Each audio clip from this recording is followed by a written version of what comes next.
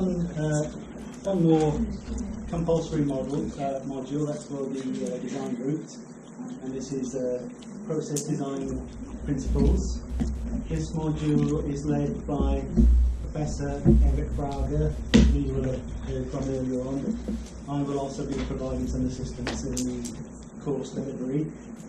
And this course will provide an introduction to design of the chemical processes. You'll look at calculating process economics, and you'll be introduced to the fundamentals of flow sheeting or continuous processes, which are what most large-scale chemical processes are based on. So, in this module, you'll be introduced to some chemical engineering, modelling, and computational tools, such as those which are widely used in industry, and you'll be introduced to the flow sheet design, so you use heuristic methods, which can be described as being approximate to arrive at a quick solution. You'll also use more accurate algorithmic calculation methods to get to a defined solution. You'll be looking at heat exchanger network design, so looking at optimal configurations of heat exchanger networks that can be optimal in the sense that they conserve the amount of energy input into the system. And we'll be looking at case studies of reactor system design using some of the methods that George and Asterios were talking about. We'll be looking at separation sequences, so we're looking at cascades of separation columns, and also recycle streams to reuse unspent feedstock material. So the module will be carried out entirely in Tier 2.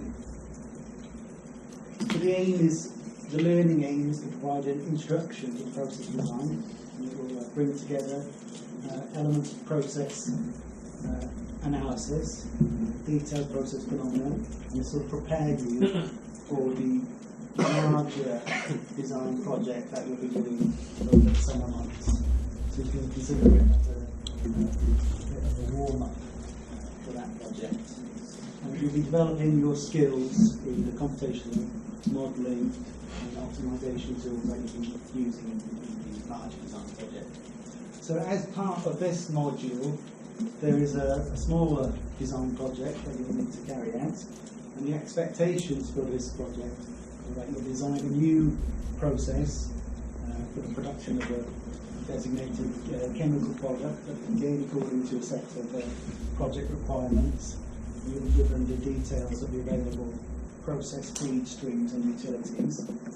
You identify and model all of the main processing units, and you'll have to calculate their sizes and look at the interconnections so you can support the exchange.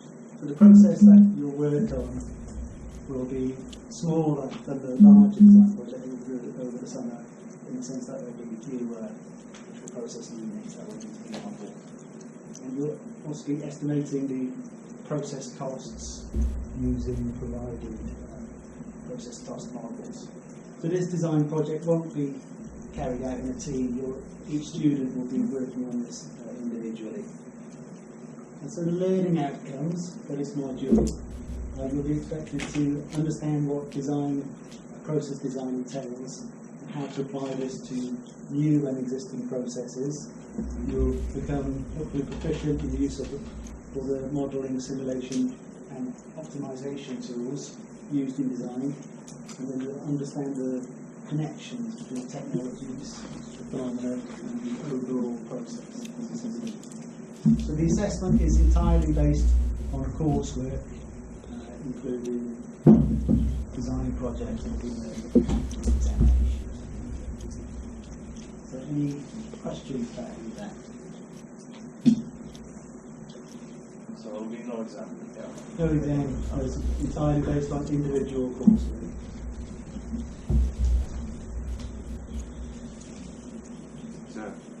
The project work, is it the project that we'll do in the summer? No, it's like a smaller project. So it's you'll do this in the second term. So it's a small design project that you can consider as a warm-up for the larger design project that will be carried out in the summer, you'll do that as part of a team, and then we work on individual components as well in that project.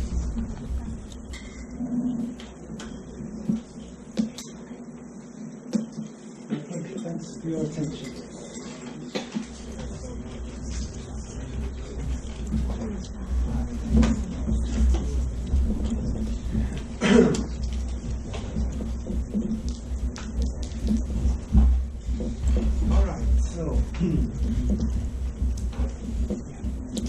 So the last module that I would like to describe is the one that I teach, which is Transport Phenomena 2.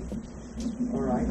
So what this module is about is a core chemical engineering course, Transport Phenomena. It's one of the, I think Transport Phenomena and Thermodynamics are really the most important core chemical engineering courses in a way, because all the other subjects build on that and exploit those results that you get from thermodynamics and transport phenomena. Thermodynamics has to do with equilibrium usually. Transport phenomena has to do with non-equilibrium, because you have transfer when there is no equilibrium. So, what is this course about? The first thing that I would like to say immediately is that this course is really, really mathematical. Alright? I try to simplify as much as possible the maths to make it as easy as it can be, but the topic by definition is highly mathematical, and the textbooks as well essentially are, require a certain knowledge of maths. Alright, I just want to clarify this. I start from scratch. I don't assume you know anything. I could do that because usually in chemical engineering you study transport phenomena 1, whereas mine is transport phenomena 2, is the more advanced module. But since this is an offer for all chemical engineering students, all MSc students, you might not be a chemical engineer, and therefore I really start from scratch. So from that point of view, there is no problem. The problem is just that, of course, the maths is quite advanced. All right. So if you don't feel comfortable with that, I urge you to think about this. All right. Anyway, the point is this: usually in most of chemical engineering courses, you do many models, you write down many models, but those models usually assume that properties do not change in time and in space. So for instance, you may assume that everything in time is the same, nothing changes. Usually the only module where you assume things change in time is process dynamics and control. All the others, usually you deal with steady state. And another assumption that is done in many modules is that properties are the same everywhere in space. So I don't know, you assume a reactor to be exothermal. You assume the density to be the same everywhere. Alright, these are things that are done almost invariably in many courses. But they are not always true, of course. So for instance, if you have a reactor that is a pipe, so a PFR, say, then in that case things change in space. And if you have a stir tank, well, you may assume that it's perfectly mixed, but actually it's not. Alright, so when it comes to designing real systems, usually you cannot assume that they are that ideal. So in that case, what very often one would like to do is to understand what is the value of the properties: density, temperature, pressure, energy, anything you can think of. You would like to know the value of those properties in every single point of your reactor at any given time. That is a lot of knowledge. That is very detailed, and there are equations that allow you to get that knowledge. These equations are the mass, linear momentum, and energy balance equations, written in a very advanced mathematical way, which leads to partial differential equations. These partial differential equations, 99% of the cases you cannot solve by hand, so you have to use computational fluid dynamics. We will not use computational fluid dynamics in the course because that is very advanced. So the problems that I will consider are very easy, very simple problems that we can solve by hand. But the equations that we derive are the general ones. So of course, if you work in a company, for instance, and you have to solve them, you use a computer. So it's not that important for us to solve them here, But it's important that you know them, because if you have to solve them, you have to know what they are, what they tell you. All right, so the first part of the course is deriving these equations: mass balance equation, linear momentum balance equations.